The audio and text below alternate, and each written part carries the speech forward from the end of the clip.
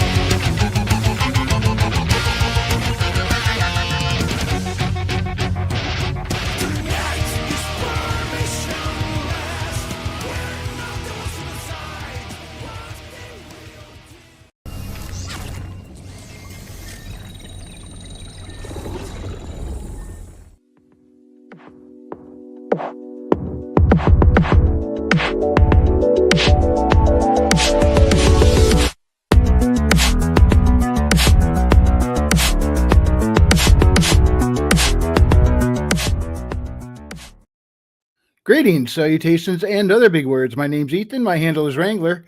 Welcome to Frequency Studios, weekly wing at number 151 here on Rumble and YouTube. And starting off with us tonight is Mr. Frederick Guimont. How you doing, everybody? I'm just inking some Jim Lee Batman tonight. Kind of, as a warm-up to get ready for Rattel #2, which I've been kind of writing lately. And, yeah. Oh, this is the practice run you've been kind of dreading, isn't it? With all the lines in the buildings. Yeah, there's just a lot of cityscape, and I'm planning on having a lot of cityscape in my issue 2. So it feels kind of like a good time to get used to it. Yeah, used to it and practice on one of the masters. You always pick up a thing or two. Yeah, well, so are you going to be using straight edge on those building lines, or are you going to try and do a lot of it freehand? Oh no, this is all straight line work. So I've got the ruler, I've got, transparent ruler here. And now you need to write the word Supreme in a Sharpie on that thing, and then hold it up and remind everyone who you are, the Supreme Ruler. Okay, I'll make a note of that. That sounds good. Those are good tips. Oh man, so what have you been up to lately? Besides that, I know have you gotten the other issues written out yet? So yeah, pretty much all of issue 2 is kind of written out, at least the initial draft. I just written it out by hand to start with, and today I transcribed it onto the computer. So I broke everything down into panels and added a little bit of dialogue, but the dialogue usually gets added in after the drawing part. Like, it's easier to add dialogue when you see the way everything's been drawn into place, like the characters' expressions, things like that. Sometimes it's easier to know what's actually going to be said there, even though I have a general idea of what the conversation is going to be. Right. That's another thing I think that putting together comic panels is far more complicated than in just prose writing, because you have to think this all the conversation has to go into word bubbles. It has to look right on the page. You got to be able to go over everything, have it work well with the pace of all the panels. And when you're just doing prose, you just throw some quotes around the words and you're good. Yeah. You don't have to sit there and think about, for lack of better words, camera angles and cinematics while fitting in the conversation. Yeah, and your conversation is going to be limited in space as well, because you have to be very succinct to keep the dialogue balloons kind of small on the page to not cover too much of the art. So you're kind of rewording stuff and cutting stuff out, try to get straight to the point a lot of time. So you want to keep things flowing really zip. Yeah, that's a lot of stuff that you got to keep in mind, and you want to build your panels in a way that you keep room for dialogue, which I've been guilty of. I've made that mistake sometimes in the past where like, oh shoot, I just drew a nice panel and I forgot I needed to leave room for the dialogue, right? Yeah, it sets my mind on that one scene in the Metroid manga where Gray Voice is kind of dressing down Samus a little for her attitude toward her training. And then when Samus went to respond, Gray Voice holds up his hand, cuts her off, and then continues speaking. And what makes Gray Voice a real jerk here is his word bubble went right over Old Bird's face.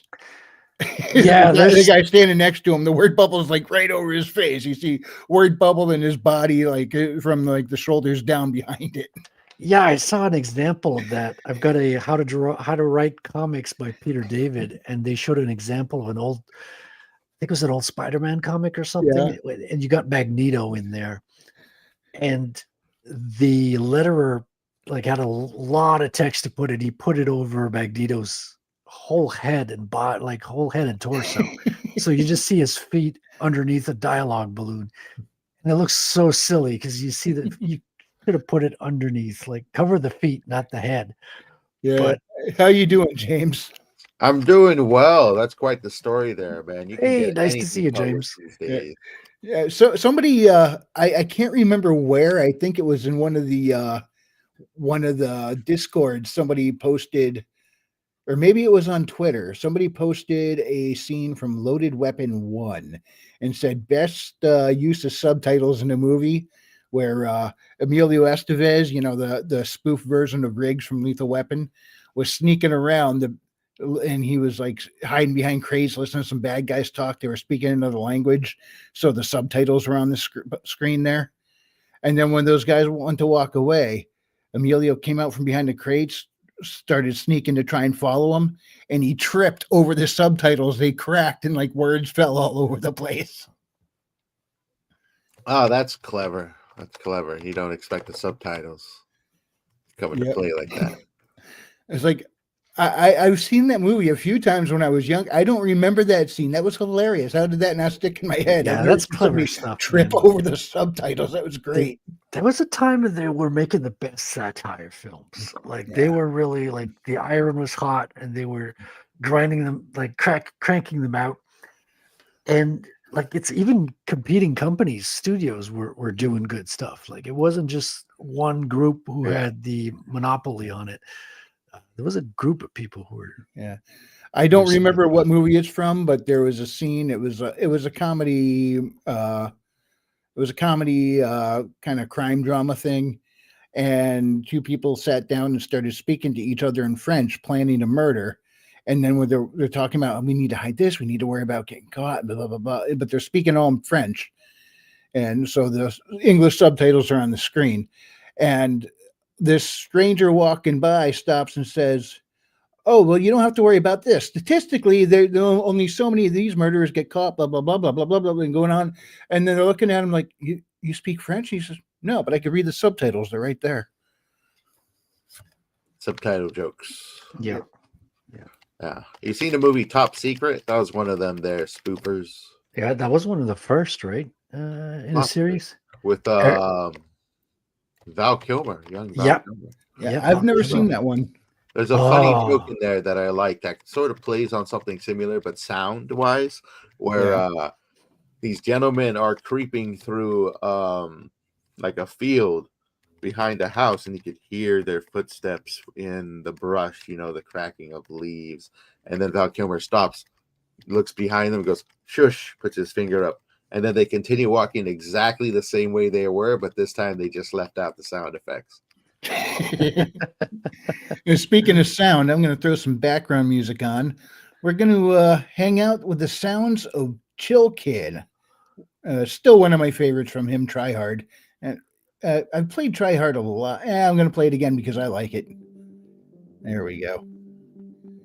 Let me know if I need to adjust the volume up or down on that so it doesn't. What's that? Gotcha. Yeah. So James, you have a your next chapter in Evergreen is coming out when? Is it tomorrow or later this week? The latest chapter came out yesterday and today, actually. Chapter 4 drops. But if you are a subscribing member, you got Chapter 4 or Episode 4 last week as a preview. Okay, that makes sense now. I was looking around for the newest drop, and I wasn't finding that. Not realizing, I already saw it. Chapter 4, yeah. Chapter 5 and Chapter 6 for our preview chapter will be releasing on the 7th of next week. I was working on them today in the background. They're looking pretty good.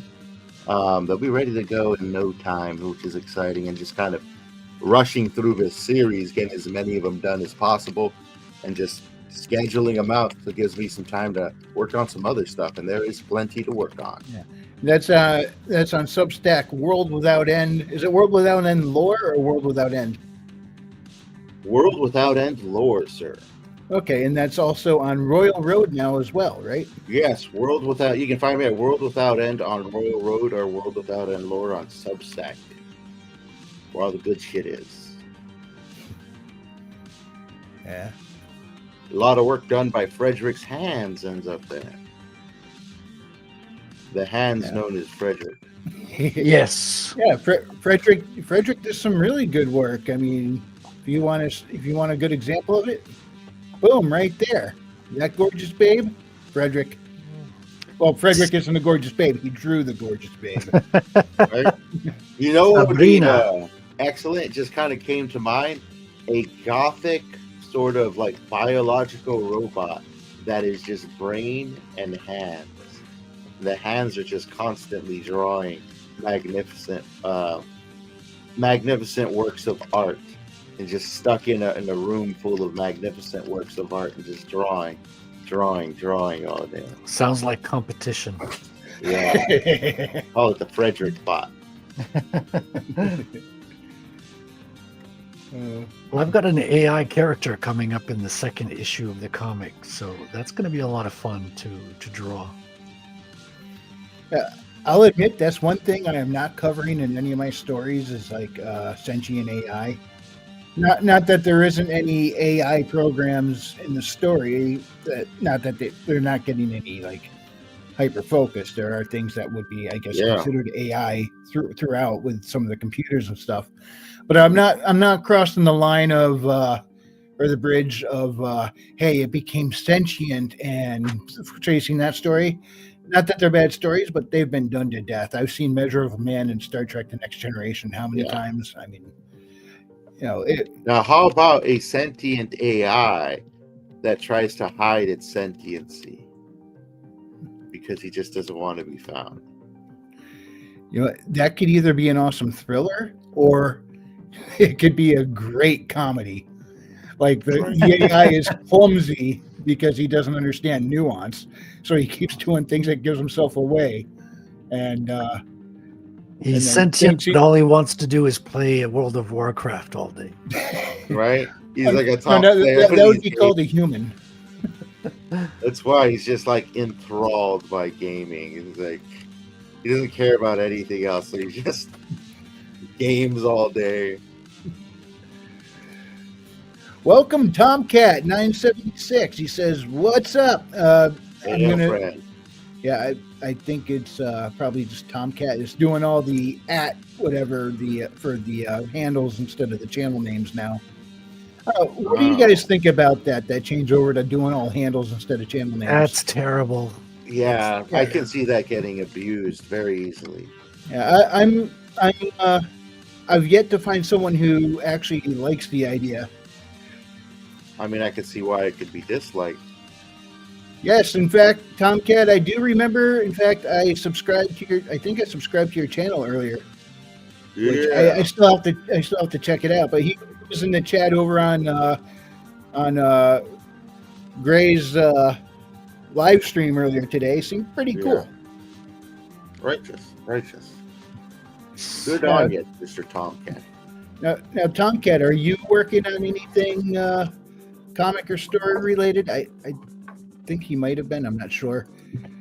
We're meeting so many people now that are creating things that I'm losing track of who's who, because I'm meeting them all practically at once. Right? Yeah, you need to get one of those old school. What do you call them? Where you just keep all the numbers. Yeah. Let me see if I could find Tomcat's channel so I could drop the link in the chat. You used to keep all the numbers, that little rotating thing on the desk. Oh yeah, Rolodex. Rolodex, yeah. We need to get back to the Rolodex era. Yeah, right. He says he's editing his new podcast at the moment. Cool. Editing a podcast. So nice. What kind of podcast do you do? Is it horror based? If not, don't reply.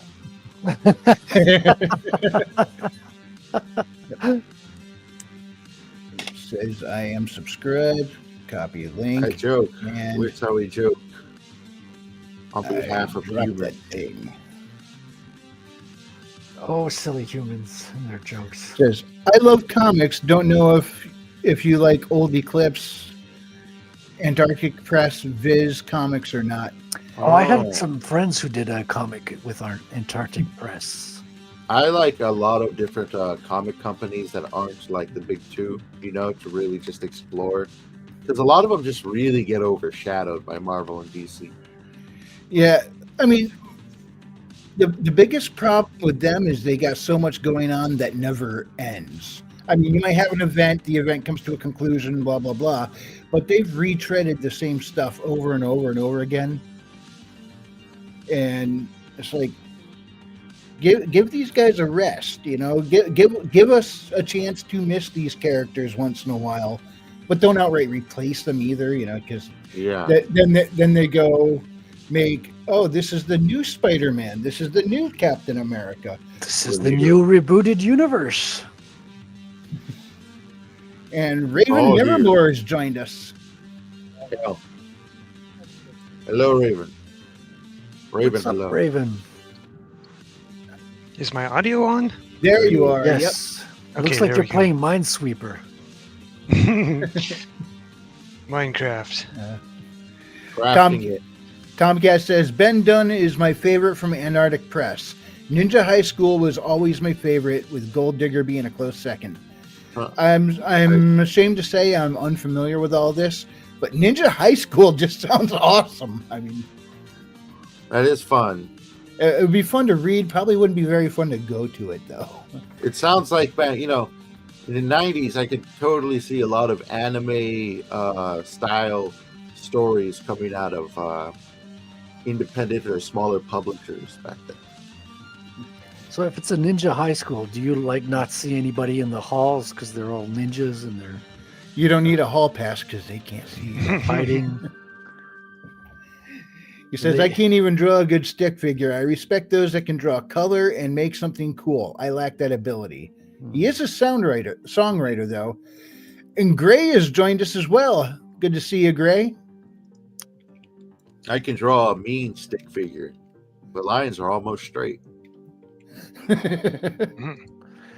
I mean, you could do good stuff. You could do good comics with stick figures. XKCD has an entire running strip with just stick figures, and it's one of the most popular online comic strips.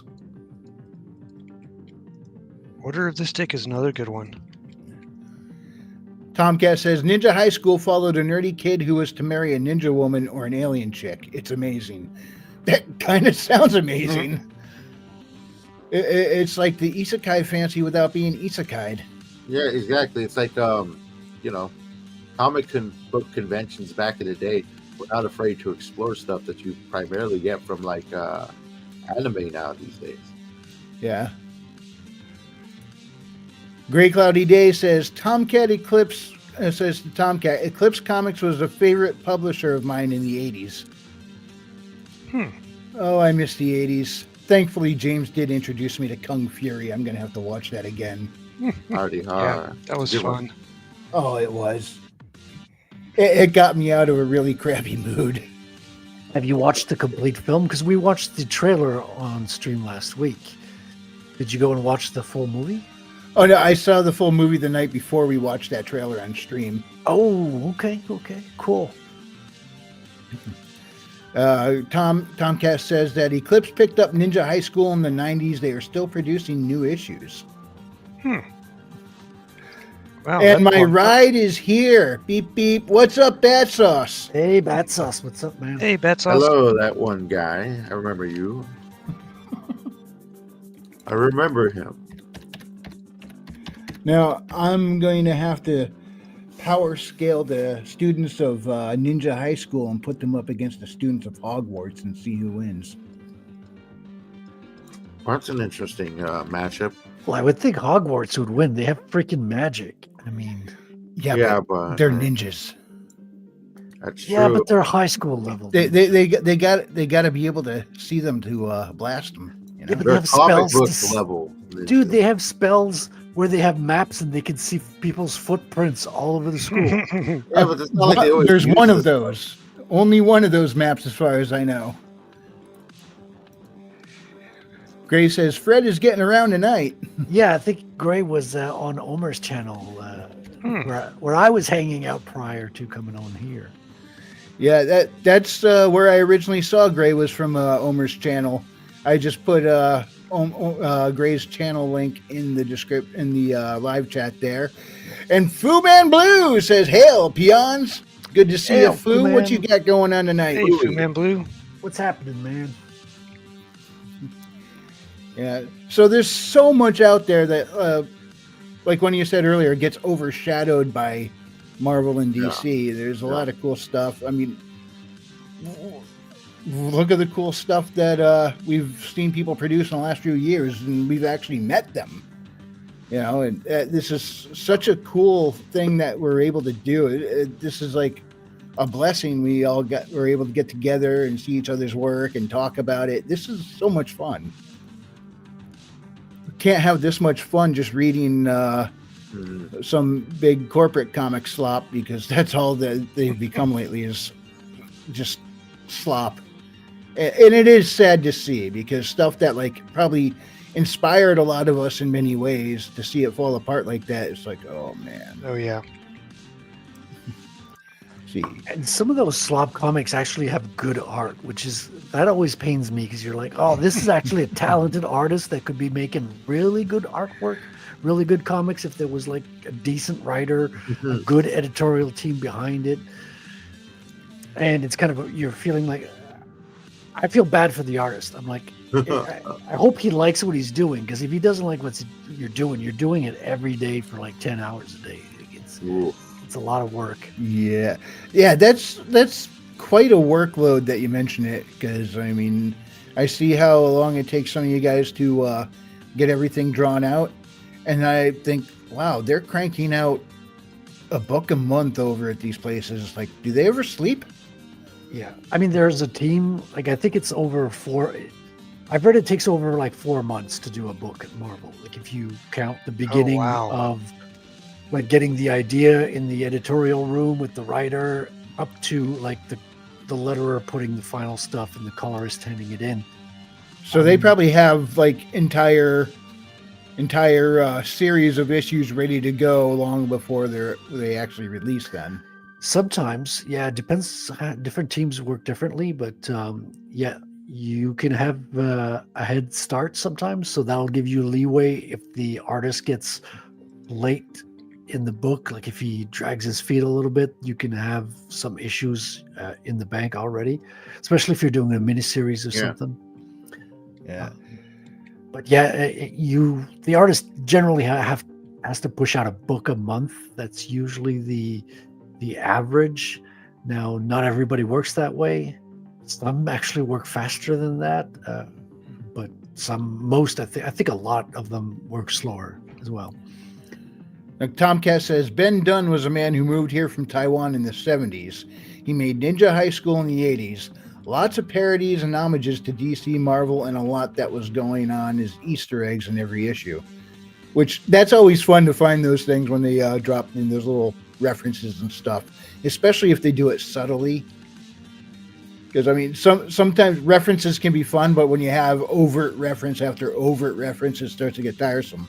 But when they put them in there subtly, or like some that are obvious and some that are subtle, it keeps it a little more fresh. And in some ways, you know, Easter eggs are Easter eggs because you kind of got to hunt for them, which in my opinion makes them a little more fun. Yeah, and it's tough to gauge on the reader because what's subtle for some people can be obvious for others, and it can go over some people's heads as well. So it depends a lot on the reader. He says, I never minded Spider-Man, Batman, Superman, etc., but I was more for the indie comics like Bone Ninja High School, the Max before it was popular in Pitt. I love the Max, dude. I had all of the issues. I lost those, unfortunately, which pains me. That's one of the book series that I missed the most. I had even like a Max 1/2 that I had to mail away with Wizard, or did it come with it? Something like that. Yeah, Sam Keith, super creative artist. Like, he felt like an indie artist, even though he was like working for Marvel and then had his own title with Image. But his stuff looked weird. It looked in a good way, you know, like he did some Wolverine with huge feet, lots of body hair, and made him feel like the animal. Like, you really felt that there was a beast living in that man, in that character. And the Max was kind of like living in an imaginary world.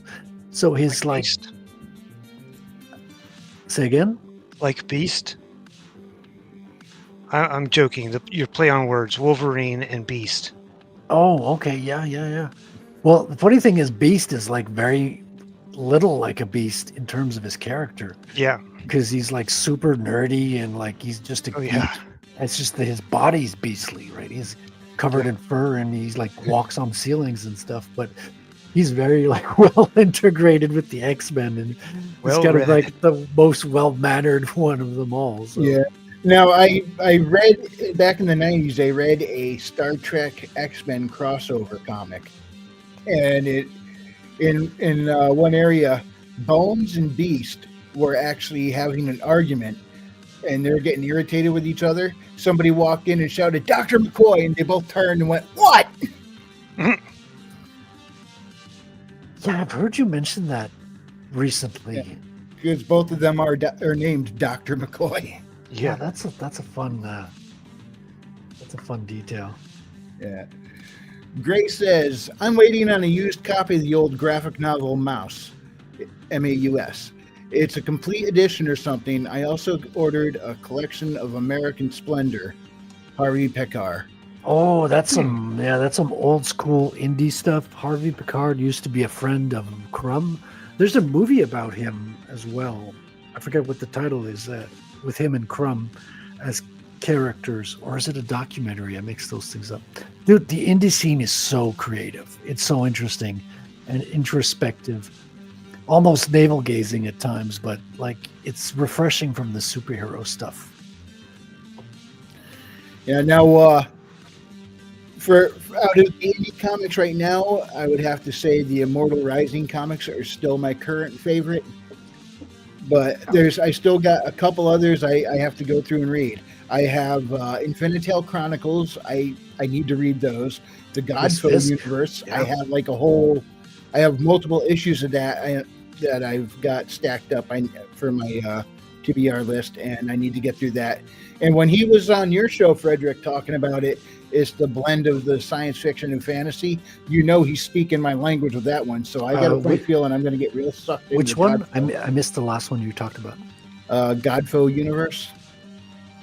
Oh yeah, Godfoe. Yeah, we had him on a long time ago. Yeah, and I ordered the stuff. He said it should be to you within a week, and then, like he said, it showed up quick. It was there. Nice. Oh, Yeah, dude, and, living in the States is great. Like I'm here, surprised I hadn't read them yet because it's like from everything you described, it's like right up my alley, and I need to dive into those. nice. Let me know if you do a review. And we got a couple of comics that we both ordered, and we should do a review together. I think there's Patrick's book and also the pirate books with Fusebox by Ben Fusebox. I really got it. I got so many stacked up that like I've been working on my books and stuff, so I hadn't done a whole lot of reading lately.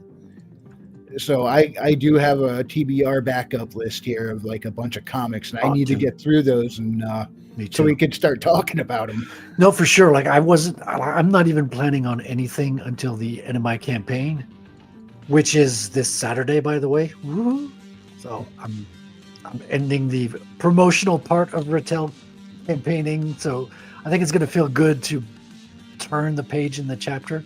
3 months is a little bit of a long time, honestly, to be doing a campaign. I think next year I'll be doing like 1 month, maybe a 2 month extended, but 3 months is a little bit crazy. It's a quarter of the year when you think about it. It's like, Yeah. whoa. Yeah. Now Tomcat says, I'm not a weeb, but I really digged a lot of manga in the 80s and 90s. Project Yeah. AKO, Writing Bean, Ramno 1-2, etc. I was always looking for a different take on comics. Yeah. But I've always preferred indie comics, though. Liking the anime from the 90s does not make you a weeb. It's like knowing all the Japanese terms of today's anime. I think that makes you a weeb. Hey, if it wasn't for that Akira movie, I would have never noticed manga existed. That's what put it on my radar. That's it for everybody. You had also, what was it? D, Dracula, the Vampire Hunter D. That one's a good one. Yep. Yeah. Ghost in the Shell, obviously. I think that's a really Yes, good very one. much. Tomcat says, I'm about to piss a lot of people off with my newest podcast. I live to piss people off, so that's my wheelhouse. And Gray says, I highly recommend all Godfo books. He says, I backed Olga 2 today. Cool. Yep, and Tomcat's echoing your sentiments. Nice. Yeah, Ninja Scroll is also an excellent one. Yeah. I have that in a totally legal way on my hard drive. Totally not pirated. The end of the end of that though, what happened with the villain? When I really sat and thought what kind of fate he had, that made me shudder. I'm like, that's horrific. I mean, he earned it, but oh, that's horrific. I just like remember the tattoo girl with the dragons on her back. Like, whoa. I still remember the first time I saw that. My jaw dropped like, whoa, this is the one with the snakes was became quite indicative of today's dating scene, I guess. But yeah. Did I show you guys? I'll be doing a giveaway next month for Volume 1 of Kolga to promote their new campaign. Speaking of snakes, I have something I finished yesterday. I posted it on Twitter, but you guys might not have seen it. I got these two ladies here. Yeah, I saw you working on that. I think, what was it, yesterday? Yeah, I finished it like last night, something like that. Added a little bit of Zipatone. Nice. Speaking of Japanese art, like it's very Japanese to add. So we all recognize a psychic chick, and there's Medusa. Yeah. So they both kind of like they're colleagues in a way because they both work for Bankman, right? At some point. Okay, I actually figured they were two different factions. Well, because she's escaping Bankman's grasp in the first book, and she's kind of like she stays with Bankman. So, in that sense, they are, but they still grew up together and were colleagues for a long time, so they know each other very well. They probably worked. That'll add some new dynamics to the whole thing. Yeah, I've been thinking about that while drawing this piece here, because like they're not. You can't tell if are they together? Are they menacing? Are they going to turn on each other? Are they friends? Yeah, good dynamics to have. Like you got to bring in conflict on multiple levels, like external conflict, internal conflict. There's a whole. I'm learning this stuff as a new writer. Yeah. Gray says Ninja Scroll the movie. I'm assuming there might have been a question mark there. Yeah, Ninja Scroll the movie. Yeah, I think there also a series as well as a manga, or am I mistaken there? Though there is a series, I've never watched it. I remember when we were talking with Billy Bobsack, he's just aware of the series. Okay. Oh, that's right. You guys were supposed to watch it or something. Watch the different versions, and so it didn't add up for a show. Yeah, it made no sense when we were trying to have a conversation about it. We realized that we didn't watch the same thing. Oh, yeah. Tomcat says, I saw Akira in the 80s and Fist of the North Star, and that took my face off then, mid-80s. Yeah. Fist of the North Star I don't actually... think I saw that. Yeah, actually, Fist of the North Star had a little bit of influence on this character here. Not quite as fantastical, but what the inspiration I took from that is she is an expert in nerve strikes. Fist, is that an anime as well? Yeah, anime and a manga. I read the manga. Oh, it's a series. Before I saw the anime. It's on Crunchyroll. Yeah, but I thought that whole, because there was a lot of an exaggeration of pressure point usage, nerve strikes, and that like cause bodies to like explode or something when you hit them. Yeah, it's got that 90s manga look. Anime. But that's what inspired me to make this character an expert in nerve strikes, because she often has to go up against dudes, and she can't outmuscle a dude. She knows it, even though she's fairly strong for a lady. She's not going to outmuscle a dude, and she realized, if I keep just going up against him, I'm going to get killed. So she looked at nerve strikes and pressure points to get an advantage. Nice. The Tomcat says, I don't know the new anime or manga stuff, though. Yeah, I don't know. Grace says, yes, encased in gold.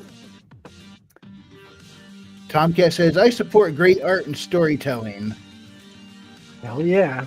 Ray agrees, and he says, I saw that on Omer. Yes, as seen on Omer's channel. Tomcat says, Frederick, great art. Thank you, sir. Yep, that lady is also Frederick's. So yeah, we got three beautiful ladies from Frederick tonight. Although it's tough to call the lady with the snake hair beautiful when she's in snake mode. I'm sure she looks awesome when she's in her regular. You try to tell her to her face that she's not beautiful in snake mode. Wrangler. We'll see how that. It depends goes. on how bitter I'm feeling that night. But yeah, Frederick, you do some fantastic art. Thank you. And looking at what you practice on, I can see why. Yeah. Yeah, dude, I've got all the lines. This is what I practiced on last week. So I did some Jim Lee inking, which was a lot of fun, dude. Especially doing the Jim Lee chicks here. Yeah, so much fun to do this, and not too many buildings in this one. Yeah, Grace says the movie is the best one. The series is okay, but not great. I think he's talking about Ninja Scroll on that one. Yeah, for sure. And Gray proves right there that he's a dude. Well, then again, everybody likes boobies. Yeah, even the ladies like them. So I mean, but us guys are probably a little more obsessed. Well, the ladies won't necessarily come out and say that in a chat room. Yeah. I appreciate the compliment there, Tomcat, but I did not draw any of that. That was Frederick's work. Yeah. Well, I mean, if you want to get the comic book, you could always check out Rattel at Fund My Comic. Let me drop the link in the chat for people who have not seen it yet. It seems that we have some newcomers in the chat tonight. Do check it out if you have not yet. Nope, I can't paste it. Can you paste it, Wrangler?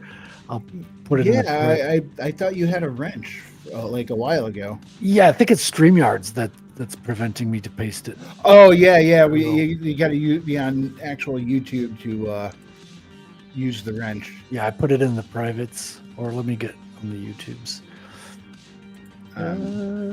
And I'm copying the link as we speak. Oh, you got it? Okay, cool. It's the one you dropped in the private chat, right? Yes, sir. Yes, sir. Okay, and boom. and paste. There we go. To Rattel. Thank you. I cannot wait for that to come out, dude. Dude, me too, man. I'm getting like I think I'm just missing one colored page. I've got everything else.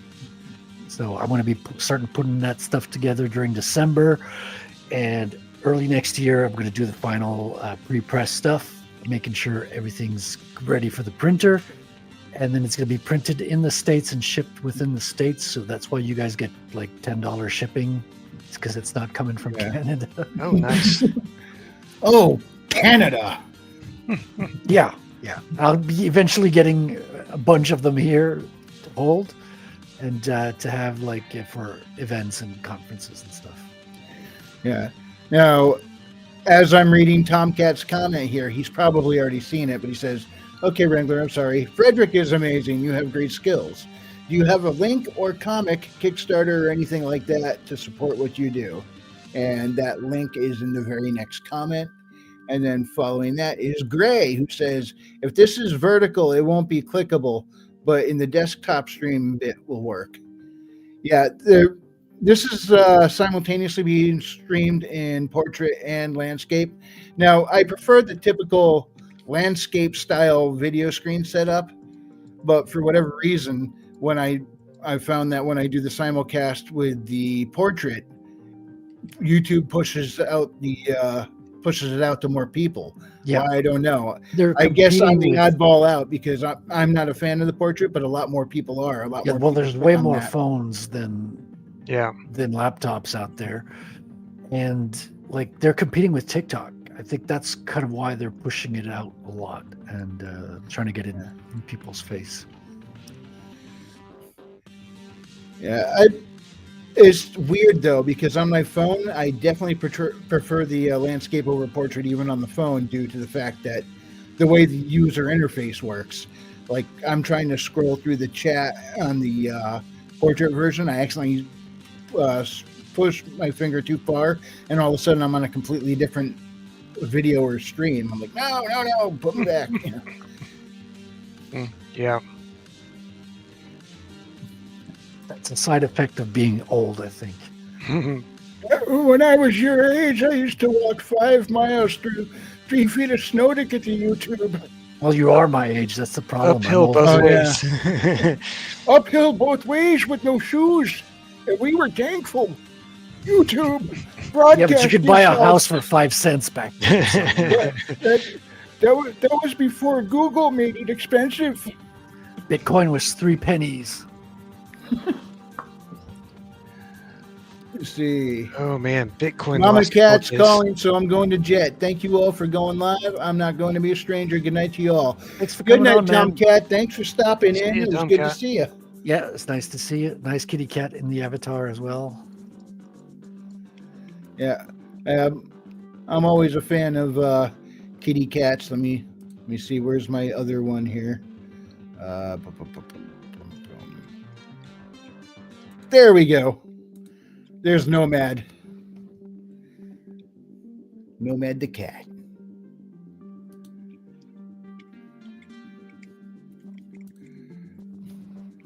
Yeah, so I was torn when I was playing the intro tonight, whether to use my Samus intro or my Hornet intro, because I have Silk's song queued up to possibly play on stream. I don't know if I'm going to do that or not, but Metroid Prime 4 is releasing this week. Unfortunately, it'll probably still be a couple weeks before I bother to pick it up because, well, it's the Christmas season, and I want to make sure my kids have what they want before I go buying another video game. So. Is that on the Switch? It is. It's on the Switch and Switch 2. Now, this might be the last Metroid game I get because, you know, I have not been a fan of Nintendo's practices lately, and I'm refusing to get a Switch 2. Yeah. And the next Metroid game they make, you know, it's going to be on the Switch 2 only, not the Switch. So I might just have to skip it, which is such a bummer. My favorite game series, and I'm going to have to say no. You won't be able to. You'll break. Yeah, but I'm going to break in a very particular way. I'll go find one of the used system that maybe I can't go online with. But if I get that used system for cheap, and then go buy a physical copy of the next Metroid game, I might play it like that. Because there's plenty of bricked Switch. Well, not fully bricked. They've been banned from online use, so you kind of lose like most of the features with it. But if you could still plug it in and plug in a cartridge and just play, then yeah, I might buy one of those bricked consoles and just play offline. Or dare I say, emulate it on the Steam Deck. Whoa! If I'm gonna emulate it, I still have to go buy a physical copy and just like shelf it or something, just so I've at least paid. I loaded up for the product. I loaded up Super Metroid on the Steam Deck this week. I've been going retro for the past couple of weeks. Oh, nice. So I played The Legend of Zelda last week all the way through, which was really a lot of fun. Dude, I surprised myself. I remembered where all the freaking secret doors were. Wow. I didn't know how I remembered it. It was just like, good for you. I have to burn this bush here. I don't know why. Well, excuse me, princess. And inevitably, that's where the staircase was. And I was like, whoa, I can't believe I still remember those. Christy has joined us. Good to see you, Christy. She's Nice to saying see hi you, to Christy. everybody. How you doing? Muscle memory. Hey, Nice to see Christy. you. Yeah, something like that. It's like I just had to use a guide for some of the things. Like, where's that damn second maze?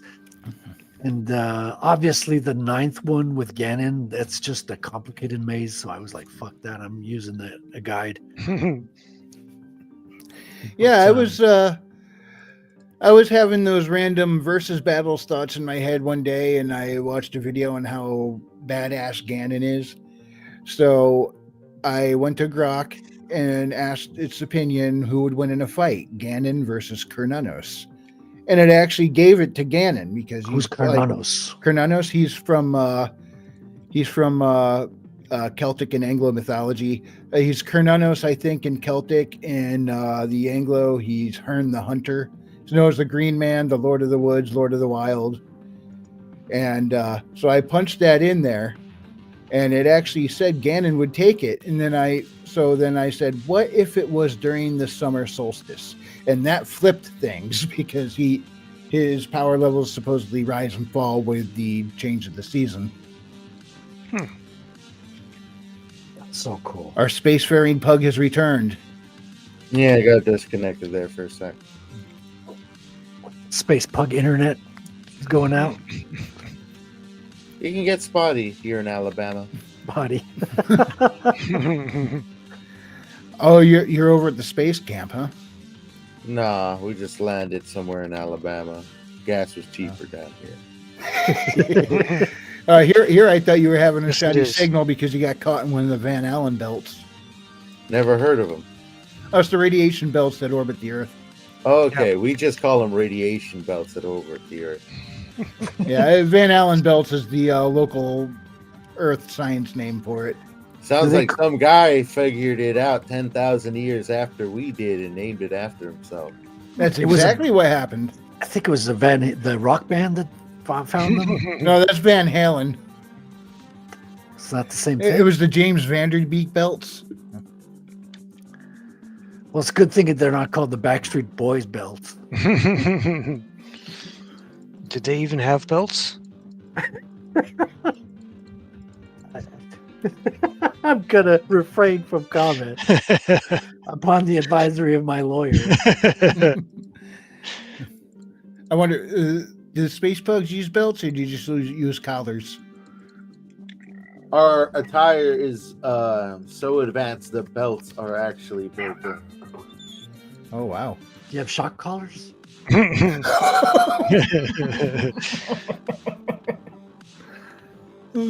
Only for the non-pugs. Pugs in space. Man, the price of gas dropped right after I got home and I filled up the tank, and then a couple days later the gas prices dropped. It's like, That's why the space You regret pugs not having are sold showing your up. gas before? You should have sold your gas before it dropped. Yeah, you want to know some amazing things that space pugs can do when they put their mind to it, though? Here, I'll show you.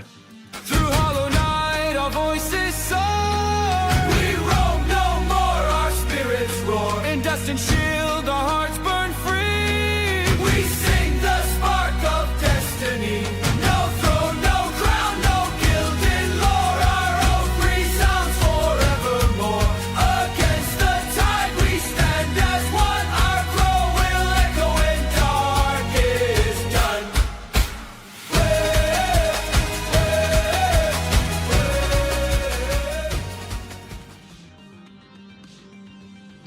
And what do you know? More from Frederick.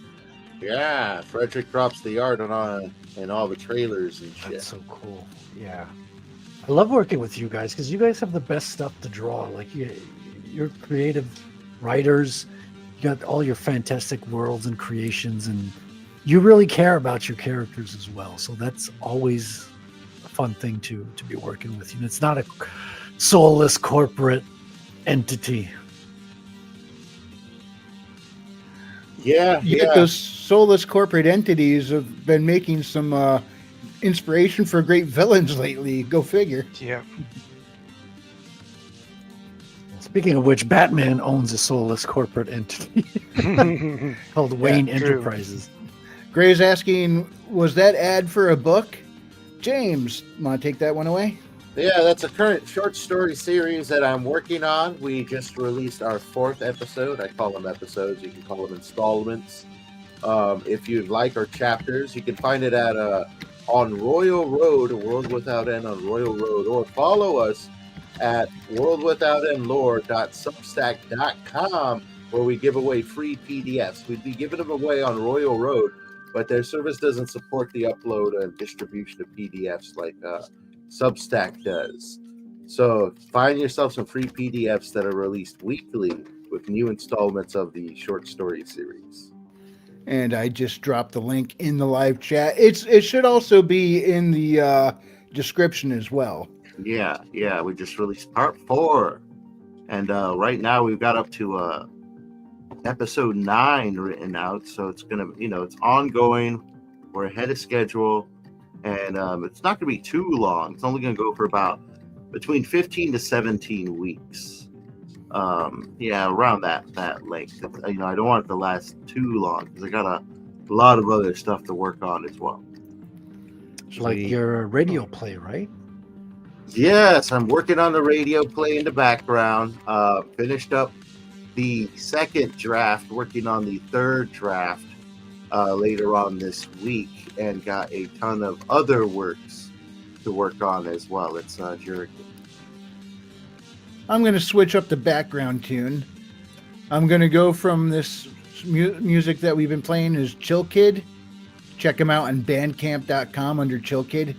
Working man's retro wave music. It's a lot of fun. So I'm going to switch it from Chill Kid over to another Chill Kid. This one's called Venting 02 into Space. A little more chill. Less kid. Yeah. So I'm just learning this now. I think you mentioned it a little bit ago. Apparently, links aren't clickable in the portrait chat. But if he went over to landscape and was able to click the link. Oh, how great! Yeah, I guess that's something might have to put up with a little bit. Well, I think you mentioned something like it's that way on phone, but you can click them from computer. Is that correct, Gray? Because I'm still learning this whole thing. I usually avoid most of the portrait videos as much as I can, but now I'm putting now I'm streaming in that version, so I feel kind of a little hypocritical. I've compromised my principles and put out the TikTok format. No. I don't understand why YouTube wants to compete so badly with TikTok when it's a completely different style, It's like most of the folks going to YouTube, they come here for long form videos. Or so I thought. Because we got to take over the world. Well, not only that, but it's their primary competitor. They they gotta keep pushing back, or else what happened to them? What might happen to them? The same story of MySpace and Blockbuster before it. Yeah, you that's a gotta good worry point. about that stuff. You become Yeah. irrelevant very quickly on the internet if you don't stay up to date and up on the trends. Okay. So Gray signed up for Substack. Christy says she just joined. Now James has her CC nice. number. Oh, Nice. abuse it, James. Abuse it. No, just Well, It's I a hope you YouTube enjoy the thing. read. I'll be publishing there a lot. yeah. But I mean, I guess I could kind of see where they're coming from because, like, yeah, just like YouTube kind of took a lot of audiences away from network television.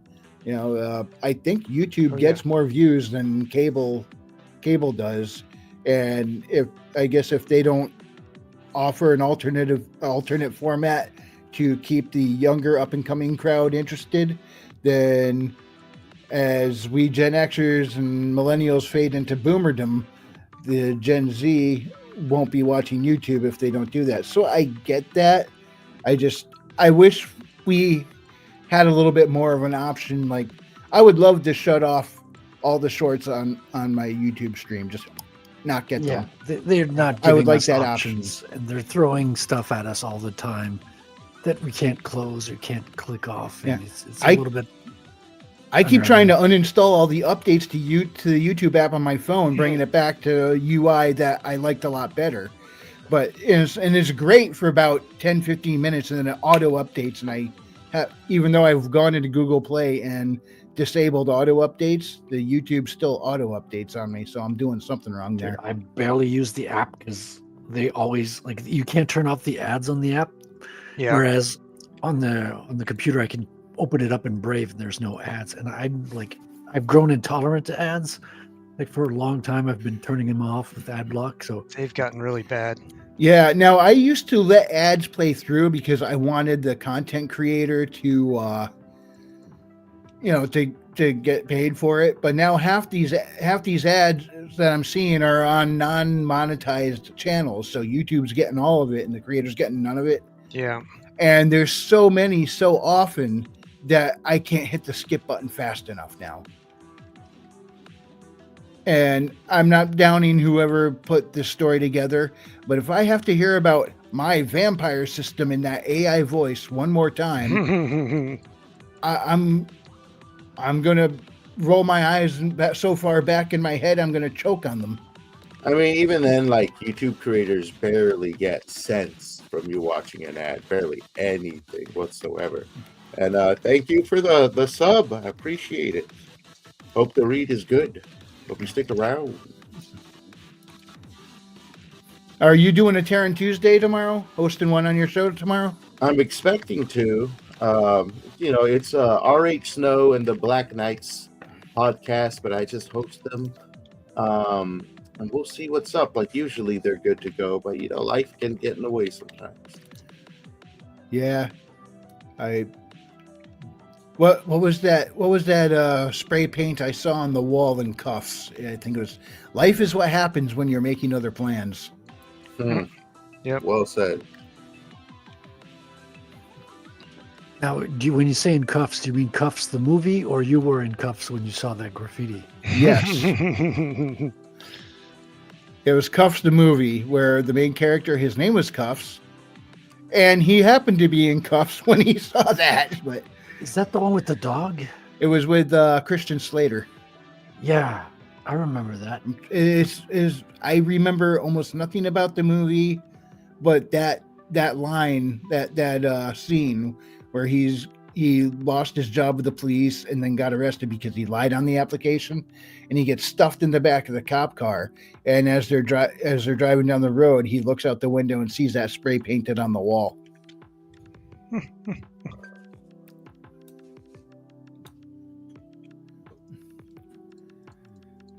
Yeah, that wasn't a particularly memorable movie. It's been so long since I watched it. I would like to say it was good. I thought so at the time, but there's a lot of movies back then that I thought were really good, and then if I watch them now, I'm like, this is crap. Yeah. I'm afraid to watch half the old movies that I liked for fear of ruining it for myself. Oh I think boy. age and sophistication. Yeah. I mean, what's cool is when you discover a movie that you haven't watched from that period. Like I think it was in 2020, I discovered that I had never watched Heathers, the movie. And I was like, whoa, this looks cool. And another Christian Slater movie. Yep. And it's such a good film. And it's so good that they couldn't even make it today. Like it was amazing that they made it back then. Yeah, that definitely had some quagmire they delved into there. It's kind of funny. I may have mentioned this before. It's that movie Heathers where I snagged my opening greetings from on stream, because there was this thing where Veronica walked over to him. He looked up at her and said, and I used to try to imitate Christian Slater's voice a lot back then. I was trying different voices, nowhere near as good as Louverport does when he's doing voices, but I used to emulate his pretty well. And he looked up at her and said, greetings and salutations. And I would goof around, say that and add and stuff or things like that. And then eventually became greetings, salutations, and other big words. And I thought it was funny, so I say at the beginning of all my videos, even though it's just corny and old hat now. But so you added the other big words part? Yeah. Okay.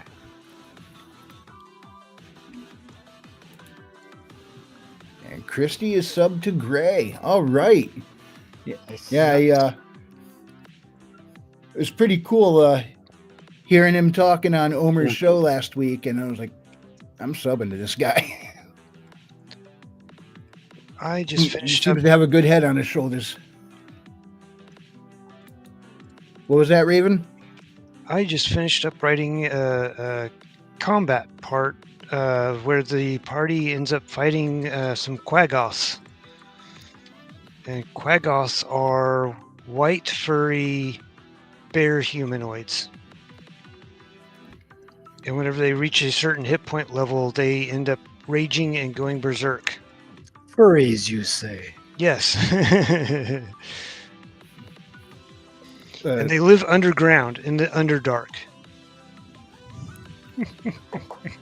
Yeah, I've done some TTRPGs, obviously, but I'm not familiar with Quaggoths, you said? Yeah, they're in the monster manual. Or at least they were back in the 90s. Which is when I was playing D&D. Of course, I didn't sit there and read through the manuals. I just I was invited to join a group, and we played for a while, and I don't think we ever came across any Quaggoths, so I just never heard of them. Yeah, and I don't think I read them in any of the TSR novels either. Yeah, they're ones that normally don't pop up, but in this particular adventure, there's actually one of the caves has a whole clan of them.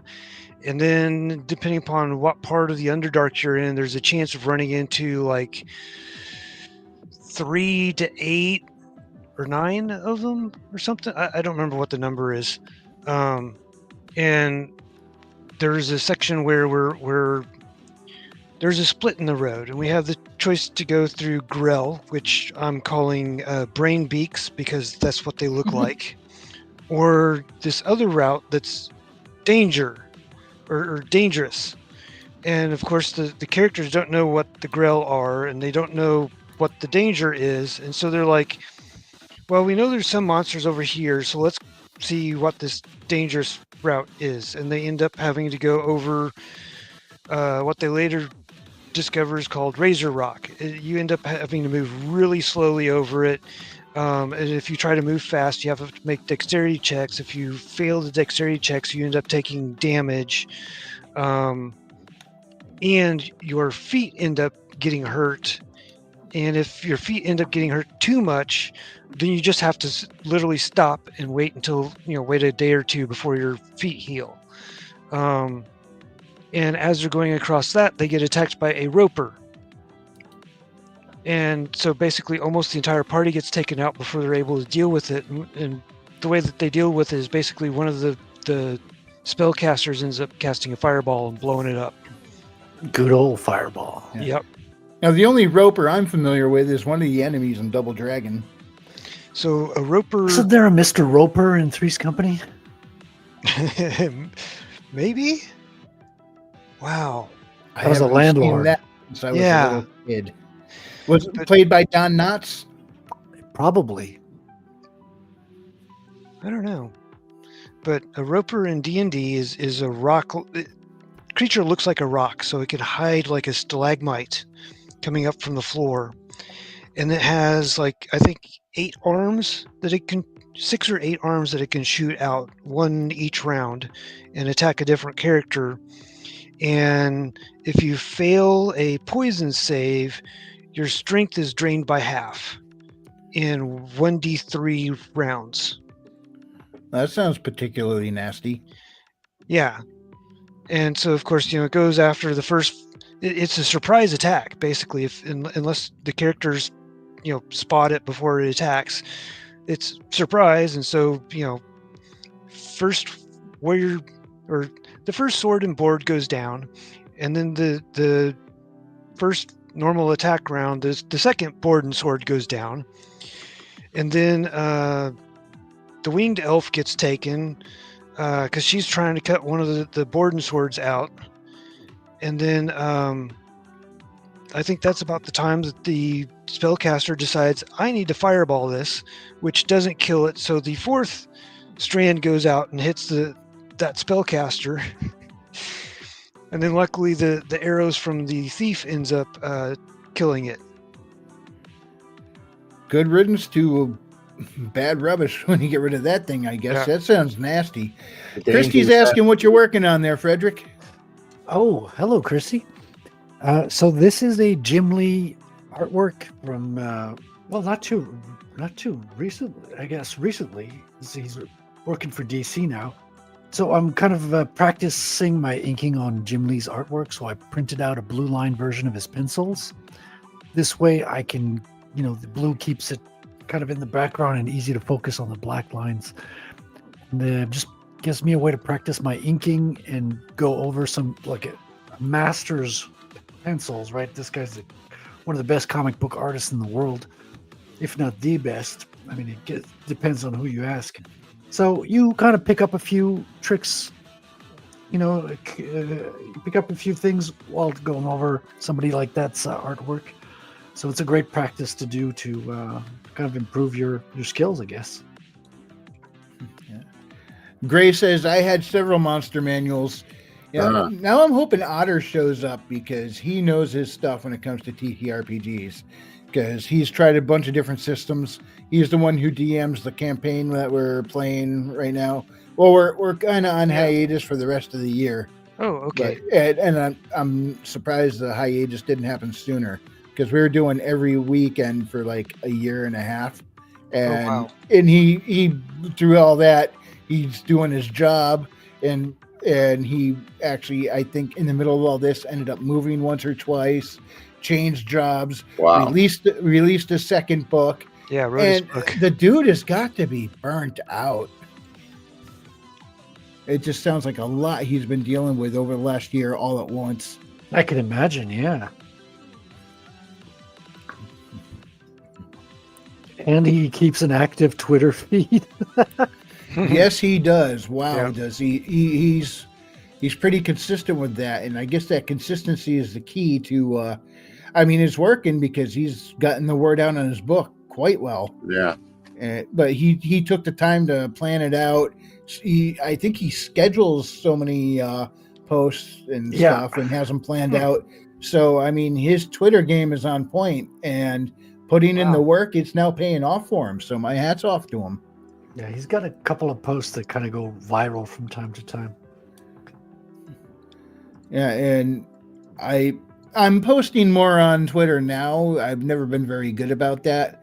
I'm doing it more often now, but I got to get off my butt and actually start a consistent Twitter game here and follow his example. He kind of he showed us how it's done, and I ain't doing it yet. I got to get off my butt and Just do it! Yeah, I've been posting pretty consistently. Well, I post a lot of artwork on Twitter, and I post some memes on Noster as well. So, and some stuff about my comic. And Noster is kind of like the Bitcoiners Twitter. So instead of sending you likes, people can zap you some Bitcoin. So you get like micro amounts, like 3 cents, 1 cent. Once in a while, I'll get like $5 from somebody who's feeling generous. And yeah, it's just like it's a better thing to receive than just a like. Yeah, right. Now, Gray's asking, who is this? Talking about the Lord Otter. He actually published under the pseudonym. He used his screen name as a pseudonym when he published, and he put out his second book just last month. And here's the trailer for it.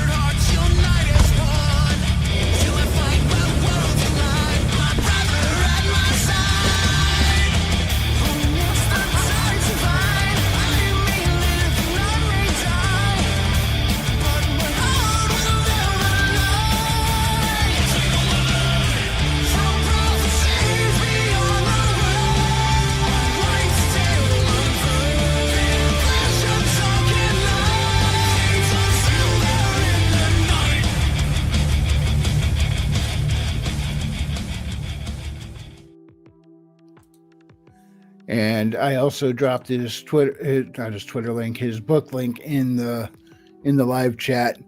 Gray says, "Oh, okay. I think I followed him, or I followed him. I think I'm mixing up the words there." Yeah, that the music in that trailer was done by Evely Music. Otter wrote the lyrics, handed them over to Evely, and he did the tune with that. And that's such a. I wish it was longer. That's such a good tune. It's such a cool creative space we're in right now, man. It really is. I'm really loving the YouTube crowd, Discord, YouTube, Twitter. There's so much creative stuff happening with people on these spaces.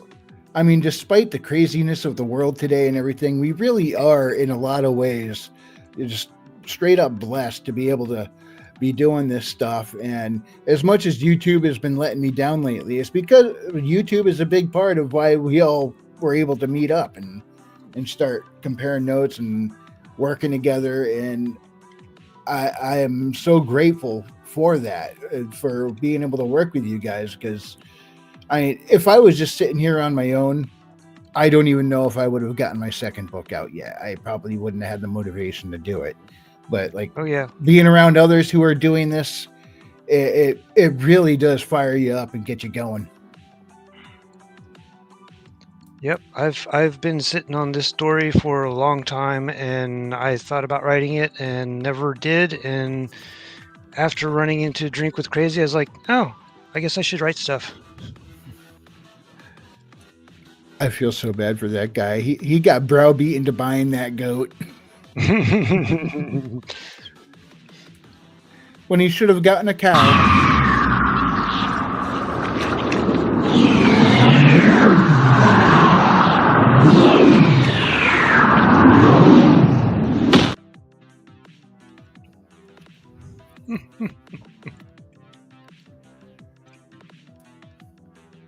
So I've been going through this comic book that maybe if I can get a comic cam set up, I'll show off some panels tomorrow.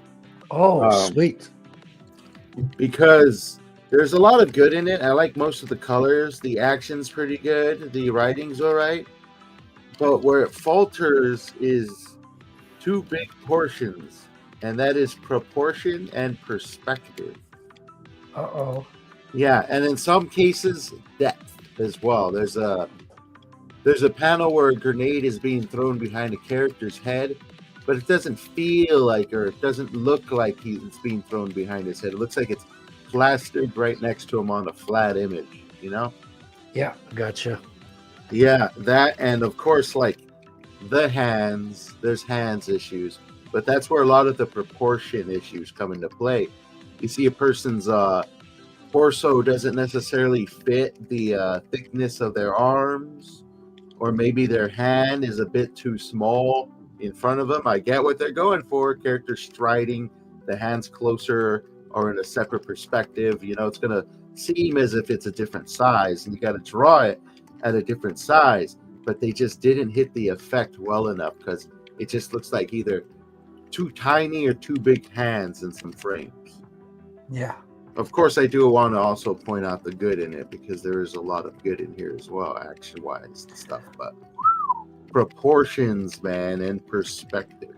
Yeah, I love critiquing stuff, like especially good stuff, because you can always find things to, even in your favorite books, it's never perfect. There's always stuff that you can notice. And we all learn from it as well. I find that stuff really fascinating. I know in the 90s, the Bronze Age, and in the early 2000s, there was this thing they did in comics where if a character was like small and in the background, it looks like they would just scribble his hands on. You ever seen those? Their hands just don't necessarily look correct. Yeah, could be. Almost a little puppetish. Yeah. I'm sure I got a comic book that has a great example of that. And it's the Xena Warrior Princess comic book I got some months ago. Well, when artists are not confident with drawing hands, a lot of times they'll hide the hands as well. Like you can see that characters who they're holding their hands in their back too often, it's not natural. You got the same thing with feet, right? I mean, people make a lot of fun of Rob Liefeld for that. But yeah. To the point where they had a shop called Liefeld Shoes in the movie. Yes, in the Wolverine Deadpool movie. But I get that. When I first started my series, I did some character sketches as best as I could. And you will see that their arms just fade away around about the wrists, and their legs fade away around about the feet. Because I didn't even... I'm like, no, that's going to mess up what little good I did do. So I avoided it. It just stops, you know? Yeah.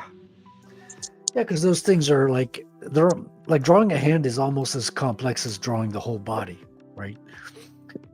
It's like every finger is like as complex as an arm and a leg can be. So it's a lot of stuff. And they're all like together. And that's, the hands show as much emotion as the face. So they're super important. In the private chat, I put a skit there that is it's a short, like less than 30-second skit or roughly 30-second skit of an artist's worst nightmare that I think punctuates all this very well. If you could play it frequency. Yeah, I will as soon as I get back to the computer.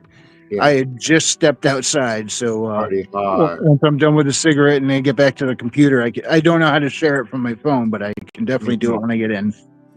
Yes, gotcha. Sounds good.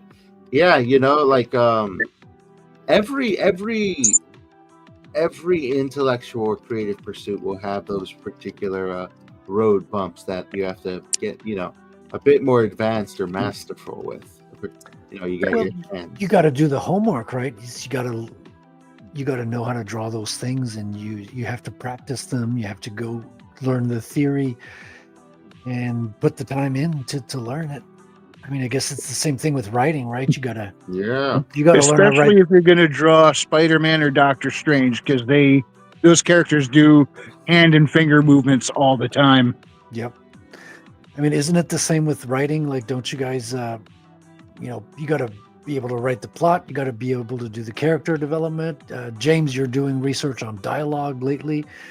Yes. These are all like parts of writing that you have to understand individually and then be able to masterfully like weave them together kind of seamlessly.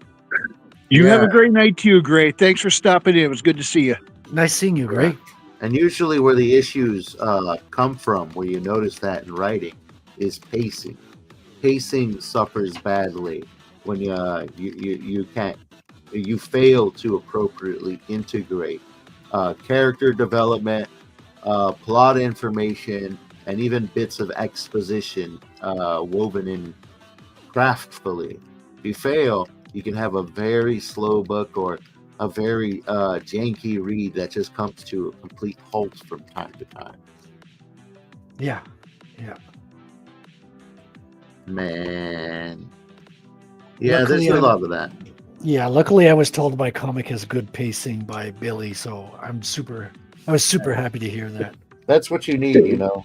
In a comic books, I think in every medium, that's actually like one of the most crucial portions is the pacing. That's what allows your literature, your piece to flow from one panel or one paragraph to the next and just weave it together, you know, get that weave on, make it a whole circumference. And in the writing aspect, you know, sometimes you think, oh, this actually reads very well, but it doesn't flow. I think we've all been there, where you've read a series of sentences that together form an idea, but at the same time, you can feel that there's like an individuality between them, where they're more so next to each other than all part of the whole paragraph.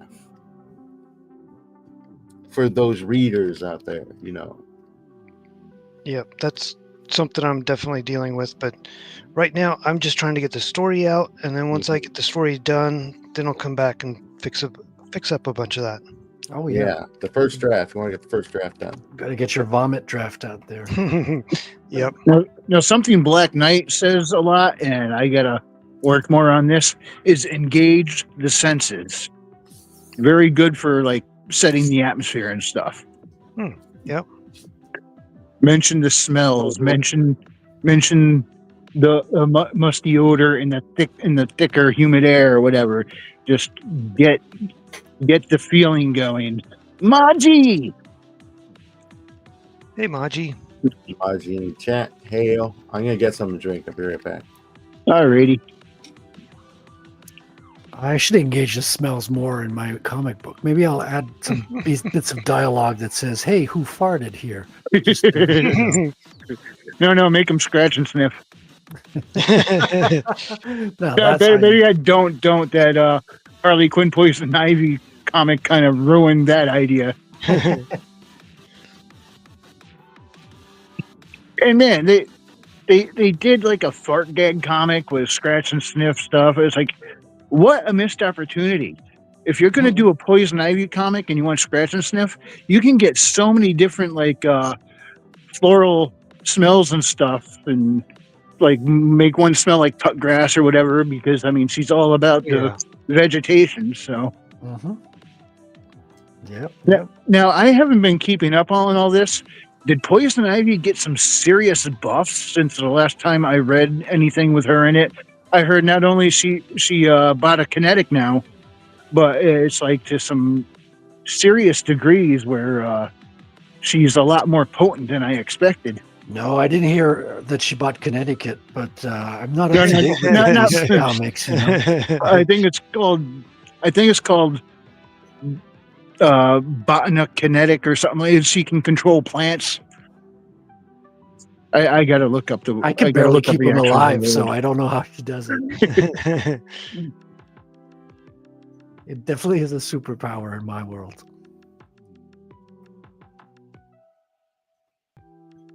It's a green thumb taken to extremes. All of her fingers are green. Maji survived the Black Weekend, Black Friday through Cyber Monday. Yeah, it's you got to be made of sterner stuff to get through a retail job this time of year. Yep. Congrats. Or package delivery. Yep. I remember I worked for FedEx for a while. Well, I worked for a contractor for FedEx, and I went in, started right before Thanksgiving, which is they call peak. Their peak season, and oh man, I went in at like the worst time to learn the ropes of doing the routes. Nice. I'm back. Welcome back. Thank you. I stopped by the park on my way here. Did you hike your leg on a fire hydrant? No. No, I'm going grilling next week. So Is it a dog park or? yes, I'm going to show the poodles my skills on the grill. So I had to go down there and look for some strategic grill locations. Can't get the windy part of the park. Can't get the bathroom side of the park where everyone takes a shit. So you got to get very strategic with your grill locations. But if you were writing a book about it, you do want to be next to the shitter to add, senses and immersion. I mean, there's many ways you can immerse yourself in a park without bringing in feces. Yeah, but that one's pretty easy and effective. For the amateur, I suppose. Right. The poop humor shall do. Right. At the park. With the ladies. I'm going right to the potty humor. It's potty time. P-A-R-T. Why? Because I've got to, mister. Is that Jim Carrey? Okay. I'm pulling up that link, James. Okay. Pay attention, Frederick. You'll understand. Okay, I'm putting the drawing. I'm putting the pen down. It's pencils down. There we go. Hands up. I'm watching the screen. Hey, baby, oh my God! Please do anything he says, please. What do you want, money? I don't have any fucking money. I'm an artist. I'll let it go if you draw me a picture. Oh, of a hand. So we just shot her. There was nothing you could do. Not a thing. Oh my God! Yeah. Under pressure. That's a pretty good skit channel that I found, and Billy Bobsack is also familiar with them. They do some pretty good work. Nice. Maji says, LOL, he is just trying to impress Puddles. Puddles or poodles? I think she meant poodles. Same difference, women are women. We have other words for them that are quite quaint within our culture. Aren't there But male unfortunately, the internet society is not down with it. But the appropriate terminology on my planet for the female form starts with the B and ends with a witch. Well, that would be actually a proper original definition of the word. So that's right.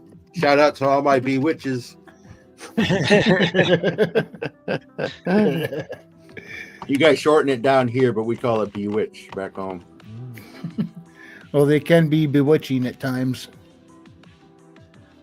Don't fall for their spells. Or do. Have a good time. Oh, we often do, don't we? And a horrible time after that. Yeah, but unlike your planet, we don't have to marry them. We can just leave at any time. Especially when you have space travel. That helps. Often, though. That's probably why they invented space travel. So you went to find milk? No, we put them on the ship and they leave. We stay around. We go back home. What are you doing here? Are you a bewitch? No, I am on mission. It's my job. Everyone, if you're a male down there, you got to have a job. So here we are. I'm a part of the scouting party, commander of the scouting party.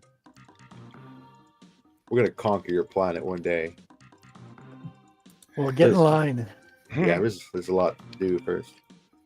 There's a lot of people who want to conquer the planet. Maji says, careful, YouTube is nuking countless channels since the bots took over. Careful of what? She's always up to date with YouTube stuff. It's crazy. She should start a channel. Yeah, well, I've heard a lot of channels have been getting nuked for like really dumb reasons. People are losing their channel because they said they were impersonating someone who was themselves and stuff like that. They go to appeal it, and the appeal is like rejected, and like within a minute or something. It's just the computer program doing it, and so there's no manual checking going on like there used to be. Nope. And I guess the new guy in charge of YouTube, he just doesn't care. I've been watching, keeping up with Clownfish TV when they cover what's going on behind the scenes at YouTube. A lot of speculation. He's given his opinion. He makes that clear, but there's definitely weird stuff going on. And yeah, we've seen it like on Patrick's channel on the Commando show, Saturdays at 8:30 p.m.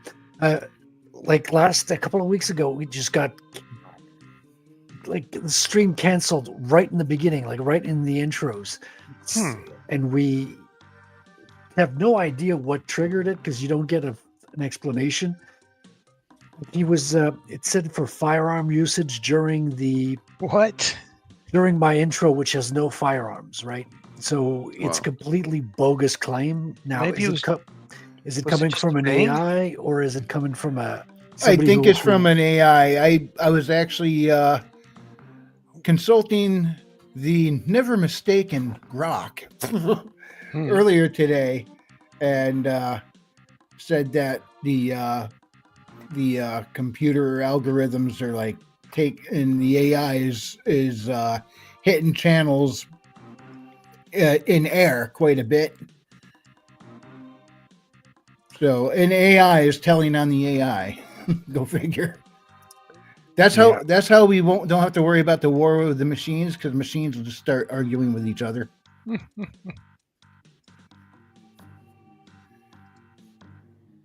Still, my ultimate plan, if the AI tries to take over, I'm just going to upload Max Headroom into it and then watch the chaos unfold. And even on Twitter, it's the same thing. Like a couple of artists I know have got their Twitter nuked. Like Sean Salty, he's been like he was given the reason that he was doing like inauthentic activity, which was like, Sean, you got to be more authentic, man. Come on. And these are just flagged by AI. So somehow AI knows what it's like to be human more than humans, right? Man, you fake. You too fake. We gotta get you off our platform. You fake. Talk to Ebonics now, son. Yeah, I remember years ago, I used to watch a YouTube channel called Discovery Science. Nothing to do with the Discovery Channel. In fact, they eventually had to change their channel name because of it. I think they changed it to Seeker. But there was a chick on there who's one of the presenters named Lacey Green.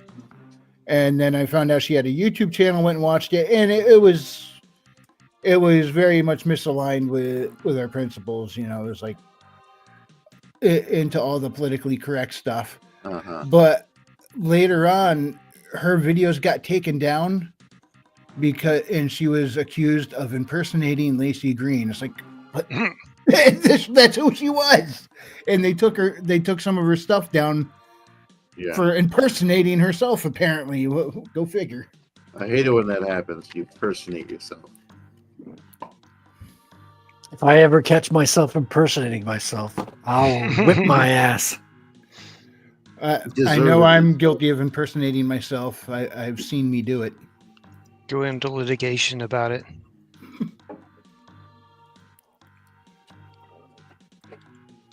Cats, man. Cats? Yeah, this is pretty bad, you know, but what do you expect? They got a monopoly on this, and anyone threatening their monopoly is just another monopoly. Yeah. I mean, that is why I simulcast to Rumble, because if it goes down on this end, I still have that. Now, Rumble's UI is nowhere near as good as YouTube's, I'm sorry to say. Yeah. I mean, it's pretty cool, but it's like old internet cool. Well, it's gotten a little bit better since I used to call it that. And they're improving bit by bit, but they treat their creators a lot better. So it's a trade-off. Come over here to YouTube, and we got this awesome user interface. But you go over to Rumble, but we keep getting nuked for dumb things. You go over to Rumble, they don't nuke you unless you're like really asking for it and doing something stupid. Nobody can find you because their search user doesn't interface, work. Isn't nearly as good. Nowhere near as good. It's like being, you know, they don't need to ban you because no one can find you. Yeah, and if you're not politically based, like, you're really not getting picked up by their algorithm. I heard gaming is picking up over on Rumble though. So, and since we are simulcast on Rumble, hey, look, game, look, Rumble game, push us to the promote us, please. Where is your algorithm? We're on Rumble. We're yeah. I gotta set that up for my channel as well. You need to have like a 8-second loop, video loop, right? When you do live stuff. Do you? Well, that's I tried to set up the live on Rumble, and they said, "Oh, you have to have like a video loop that prior to you going live kind of plays in a loop."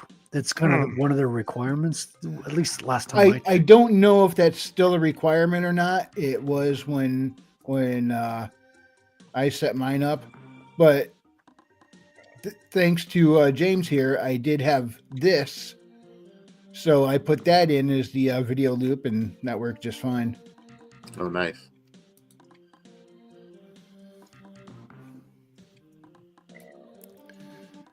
Yeah, I could probably find something to loop. Like I've got lots of, of clips now. Yeah, I could not be doing half the stuff I'm doing without you guys. I mean, not only did James give me this nice animation, he created the logo. Well, a lot of the artwork I have is from Frederick. The theme song for the channel is from Chill Kid. Raven, I know I was worried about a section for my book I was writing, and you looked through and gave me feedback. Without you guys, I think I'd be lost. Well, YouTube's there. You would have figured it out. Yeah, I wouldn't have the motivation though, because seeing you guys produce, and then when we work with each other, it really does. Mm-hmm. It really does like help build momentum. But you could find videos on motivation as well. Yeah, I didn't feel like looking it up.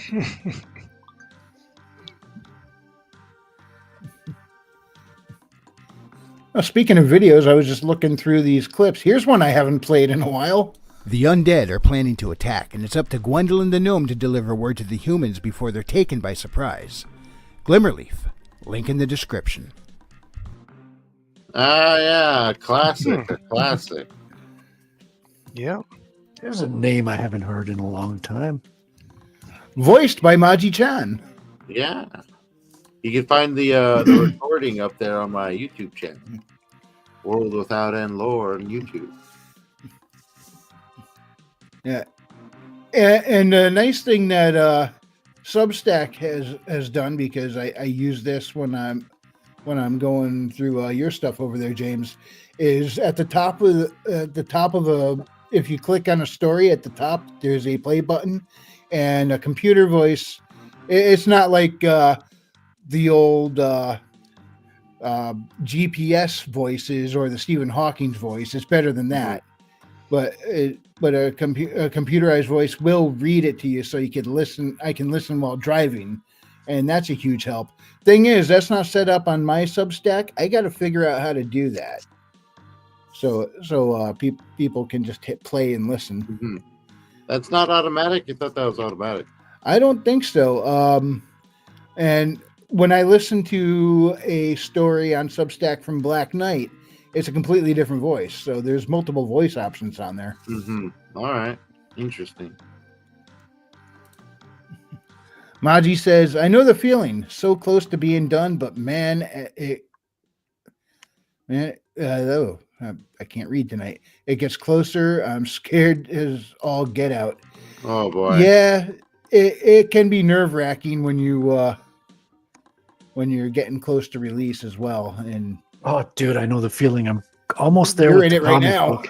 Yeah, I'm kind of dreading it. Like I'm procrastinating by starting the next one. But to be fair, I haven't gotten all the colored pages in either. So once I get all that, I'll be like getting ready to do the final stuff. And I gotta talk with the printer as well.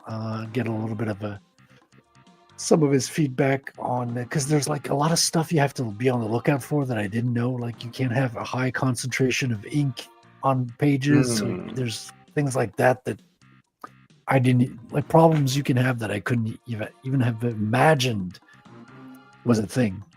But I'm looking into it, making sure that everything's going to be top quality and is going to come out well. But I've got the help that I need. I'm pretty confident. Like all the artistic work is done, so now it's more like business side, like figuring things out and just more getting it to print and logistics, and it's really exciting, dude. I'm so looking forward to getting the book in my hand for the first time. I don't know how to express that yet. There really isn't a good expression for it, but I understand it because you've got it done as well. Yeah. And getting started on the second one, like I'm so looking forward to drawing the second book. Like I've been working on the script this morning as well. Like I wrote the general like page by page script a month ago. And this morning I like translated it into panel by panel, like putting it up into panels, and it's storyboarding. No, I usually storyboard only when I'm drawing. So right before doing the page, I'll storyboard the page. I don't do that ahead of time. I find it more interesting to do it page by page. Although I did do that for Anvil magazine. That was one of the requirements for submitting a comic. You'd have to send in the script and have the thumbnails accompany the script. And that was the only time I thumbnailed the whole story ahead of time. But no, I'd rather do it page by page. Yeah, when it comes to those kinds of publications and stuff, there's a lot of decentralization. And I've been looking into a bunch of different like formats and sort of, I guess, what I guess you call authority figures in the radio scene, how they format their stuff. And no two big publications of radio or radio dramas actually format the exact same way. They're all different. You mean the scripts? Yeah. Yeah, I think Hollywood and television have standards for scripts. Yeah. Comics do not. Like comics are all over the place as well. Oh yeah, like you have loose scripts, you have tight scripts. And there's no like set format. Like if you're gonna write a screenplay, like the font is preset, the size of the font, exactly how you typeset the dialogue within the descriptions and the very little kind of stage directions. It's not the term for a movie, but you know what I mean. Yeah. Yes, exactly. Radio is very similar. Basically, however you're gonna format your play, it just depends who's publishing it. Yeah. And I think they call it in indie format. It's called like podcast light, which is really just the name and then the words, name then words. Exactly how you'd imagine you'd write it down on a piece of paper. Yeah, it's pretty straightforward. I mean, same thing with comics. Like it's pretty, like as long as you're clear at writing and you got a little bit of formatting, whether it's different from the other formatting, as long as you're consistent within your, unless you're like totally suck at putting words together, usually it works out all right. Maji says, I want it in hand, but scared it will be completely rejected. On top of that, I read, it's recommended to have a separate bank account, but I can barely maintain one, let alone the cost of two. Yeah. Yeah, it's... all that extra. I can see that. Yeah, have a DBA account, just doing business as. You might be able to open like a free, like, I don't know what, checking account or savings account, and then just run everything through there so it's separate from your normal account. And then that way you have at least a level of separation until you're making money enough to maintain an actual business. Yeah, I have no room to give business advice. Well, it's that's not my forte. It's something so granted, if you want to keep stuff separated, because if you keep stuff separated and you run it as an actual business, you can discount expenses against your income. Your revenue, yeah. Which you can't do with the W-2. You got to keep them separated. Yeah.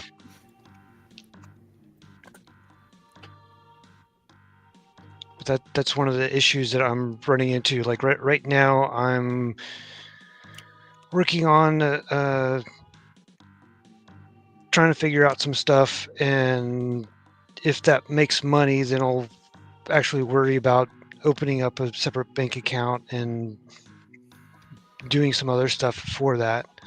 But for right now, I'm checking to see if it's even viable. Is it even going to pay for itself before next year when the fees come up again?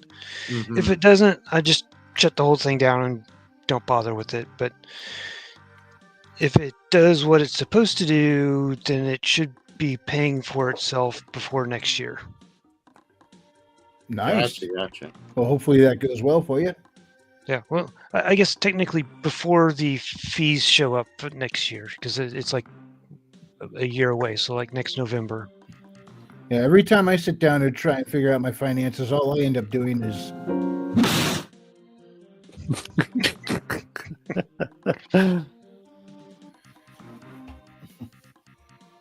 Yeah. Well, silvers is like exploded, and that's worrying me because silver is not supposed to explode, and the more that gold and silver go up, it means the less money is worth. Yeah. And like waking up overnight and suddenly having, like I don't want to have happen like what happened in Turkey with the lyre or whatever. Where what happened in Turkey.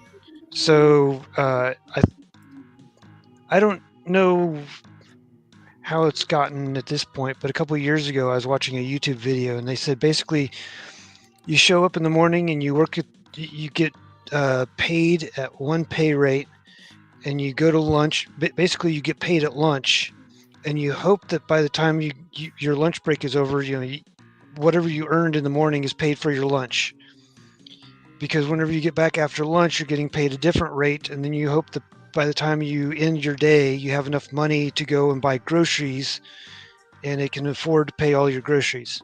Yeah, that's hyperinflation. Yeah, didn't I think Venezuela went through an even more extreme version of that a couple years ago?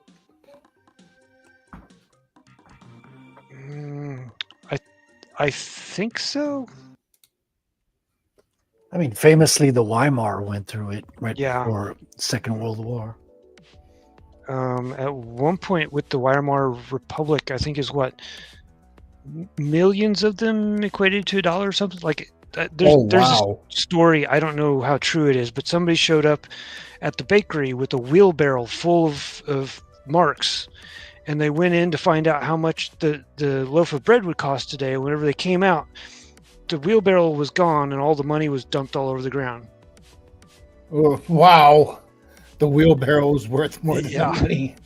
Yeah. Maji says, and I think many of us have similar sentiments when we sit down and we're actually working on something. I didn't write the book to make money. Yeah. But you write I the book to get famous. Part of the issue, though, is that it's making a bit of money, and if you don't guard that right, the government wants their massive cut of it. And so if you can write off your expenses in doing stuff, that's a nice way to keep a bit more of that cash and help with stuff. Yeah, but I understand that mindset. Like when I was putting it together, I just wanted people to meet these characters that I'd made up. I was like, these are cool, these are fun. I want people to, so I didn't think about any of that, and I didn't keep track of my expenses or any of that. I just wanted it done and out there. Now I look back, it's like, maybe I should have tracked that a little bit more closely, but live and learn. Yeah, you get better over time, Once you get burned, you learn not to make the same mistakes. Yeah. She says, in fact, I doubt I will ever see more than I spent on it. You never know, Maji. You never know. And I've read some of your stuff. You do have a talent. And just that short story about the geisha, it was only a paragraph long, but it was so dense. Like there was so much to that short little blurb that I was like, wow. I can't wait to see your book come out, and I definitely want a copy. Are you Maji, are you planning to release in hardcover as well as paperback? Herman says, all your golds belong to us now. He is here. And where? Well, all of my golds belongs at the bottom of the lake. Well, the bionic hedge is here. Let's give him a nice warm welcome. Gentlemen, we can rebuild him. We have the technology. Better, stronger, faster. And Herman asks, did Wrangler call Maji dense? Let's skip that question. She said, yeah, I might hold off on the digital, though.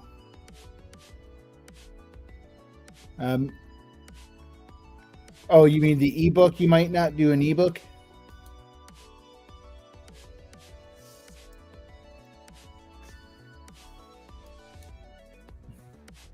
I was lucky. My editor knew how to reformat my whole thing to compatible with Amazon's ebook file, and so all I had to do was dump it on there, and it was good to go. I have no idea how to format something for ebook. I think on Ingram Spark, if you have your books there, you can have it. Oh, I see you got whiteout up on the screen there. Meow. Yeah, I last I checked. Yeah, that's my editor. I looked at it. She comes in and supervises the whole work. My This ebook is format for too much dark areas. Needs more white. my ebook format for Kindle was not compatible with Ingram Spark, and I think you could pay Ingram a fee, and they would convert it to digital for you. And I didn't pursue that. I don't know if that's still the case. When I first used Ingram Spark, there was a fee for publishing through them, and then no, there no longer is one. So that may or may not have changed as well. Maji says, yeah, the KDP system sounds a little fishy. If not careful, I can owe money of the ebook. I didn't know that. I'm not sure how that works. Maybe if it's not moving and it's taking up space in the servers, perhaps. I'm not sure. I haven't had an issue yet, and Lord willing, that won't happen. Yeah, talk to someone who already has an ebook out. We're surrounded by authors, so you most likely will get the answer to your questions. Indeed. Yeah. And Herman, who has done a lot of digging into how all that works, says that that's not the case. Thankfully. Oh, the Amazon return policy. That's not, that has nothing to do with the ebook or the KD. Oh, the KDP system, not the Kindle, not the. Okay, gotcha. Yeah, if a bookstore buys a bunch, they don't sell, they return them, you gotta pay that back.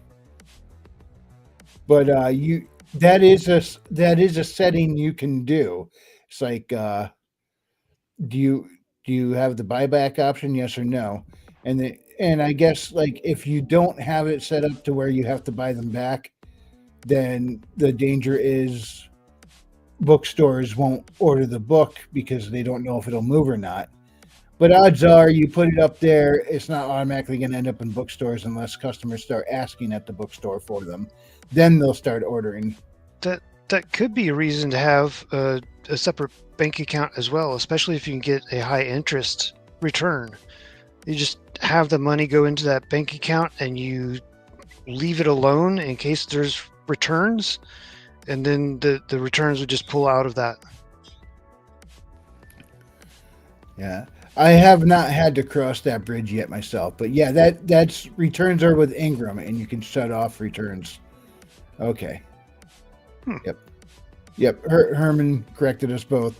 because what I was talking about, I think I just attributed it to Amazon as well as Maji. But no, that was on Ingram Spark. So thank you for that, Herman. By the way, buy Herman's books.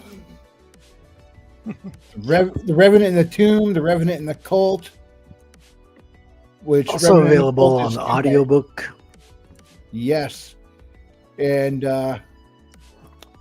I'm trying to remember Steve Fortune, I think, is the voice of the narrator on his books, and he does a fantastic job. Worth checking out. But anyway, it's about that time for wrap up. Anything else and you guys want to cover before we go into parting plugs? Not really, no. All right. Then it's shill time. I don't have that really cool shill segment video that Frederick plays on Tuesday nights, but Frederick, you're in the big box. We'll start with you. Tune in tomorrow on Proof of Comics, where you can watch that chill time intro towards the end of the show. So you got to stay for the whole 2 hours for that. Yeah. I'll be having a guest called Anonymal. So we don't know his real name, but he's the one who did the music for my trailer. So we're going to be talking to him about what it's like doing music for Bitcoin themed songs and putting his music on Wavelake and staying anonymous and all that. So it should be an interesting conversation. We might even listen to some audio samples and songs and videos. Awesome.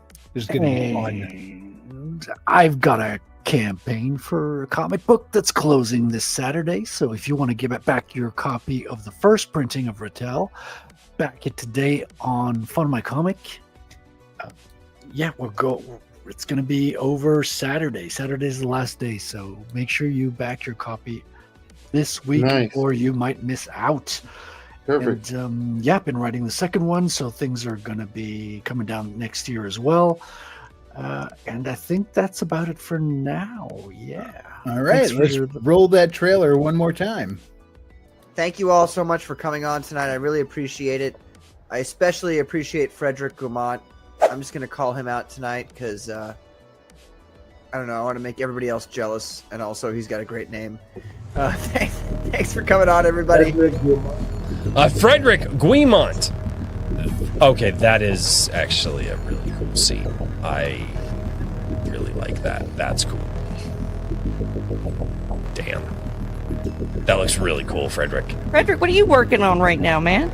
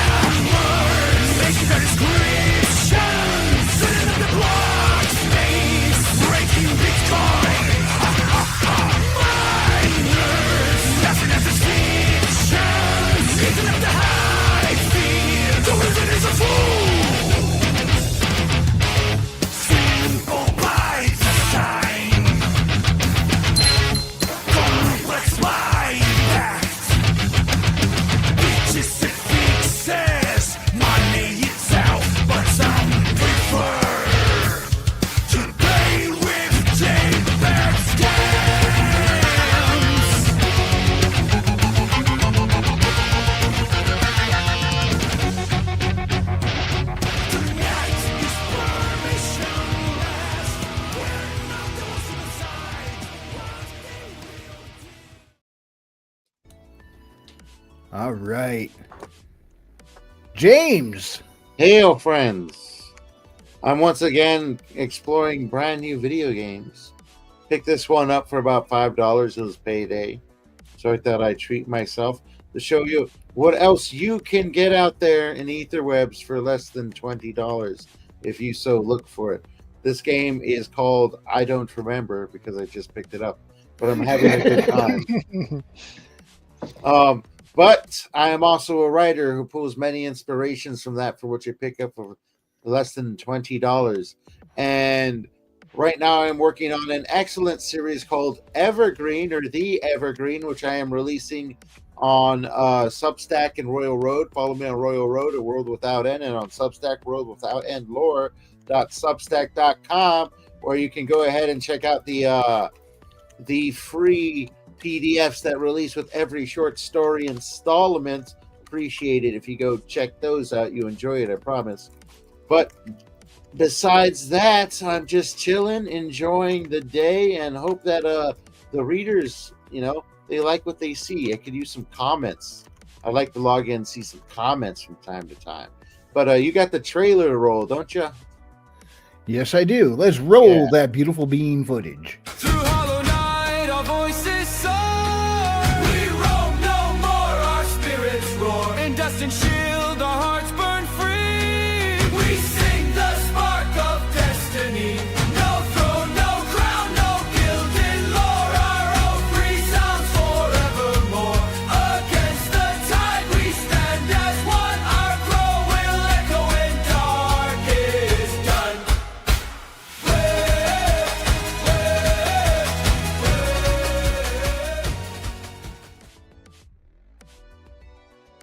Roosters don't run. There you go. That's amazing. Yeah, that was very fun to put together. I recently uploaded a music video for those who want to hear the entire song or a majority of the song. It's about 20 seconds clipped at the end, just because, well, I had to finish the music video so I can continue writing everything else. Yeah, but people seem to like the song, and for those who have read the series so far, they seem to enjoy it, and I hope that all the twists and turns are worth the read. All right. Raven. I am into the 4th year, I believe, on the story, on the book on the story at least that I'm working on. In the meantime, check out Herman P. Hunter's book, The Revenant and the Cult, and or the Lord Otter's book, what was it? The Wraith. Dang it, I don't have it here with me. What's his book? The twin. The Revenant in the Tomb. Yeah. The Wraith Who Shagged Me. The Lord Otter's books. The Curse of the Star Race. There we go. Curse of the Star Race and Shadow of Twin Moons. Yep. All right, we'll run Otter's trailer right now.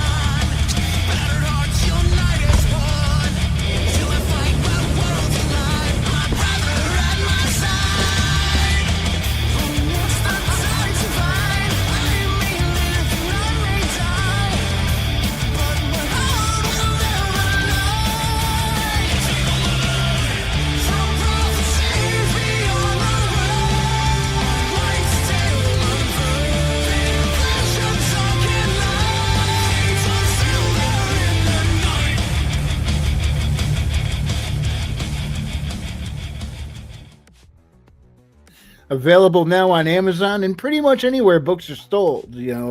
Barnes and Noble, all the stuff. You check it out, you'll find it. Dude, everybody has awesome trailers here. It's so cool. Yeah. Speaking of which, time to roll mine.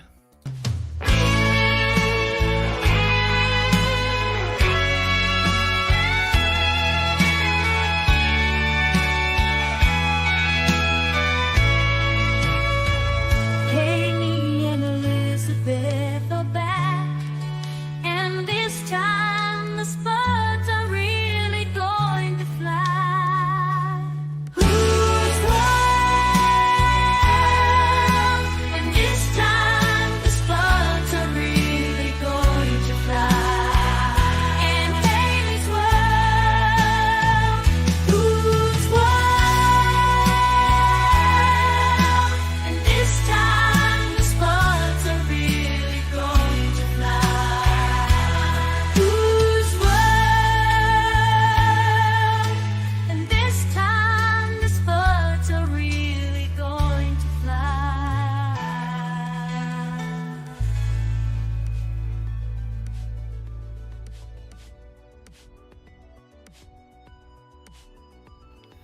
Yeah, you can find my books on Amazon or pretty much anywhere books are sold. Haley Star Bad Kitty and Bad Kitty, Haley's World.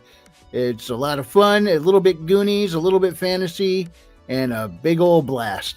So you can go on adventures with Haley and Elizabeth, and I clicked the wrong button there, and Sabrina, who becomes just as much a main character as Haley and Elizabeth in the second book.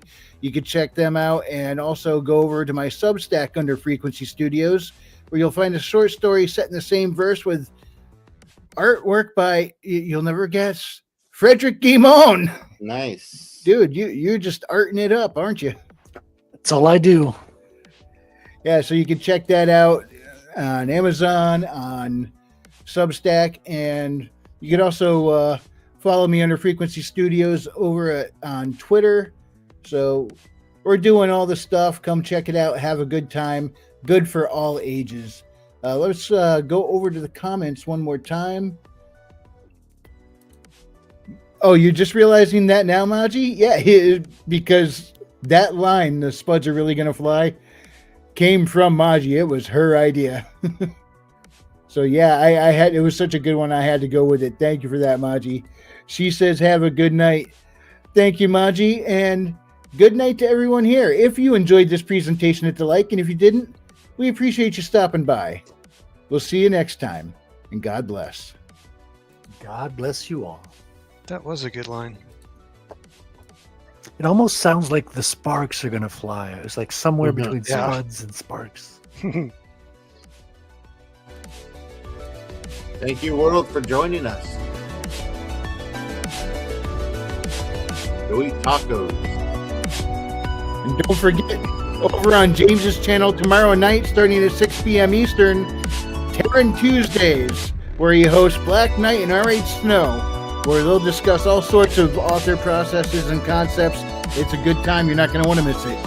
Followed shortly after by Frederick's Proof of Comics, starting at 8 p.m. Eastern. That's right. With Anominal, the guy who created his trailer song. Correct. Good times. Good times. It is. Jewish space lasers. Good night, everybody. Good night.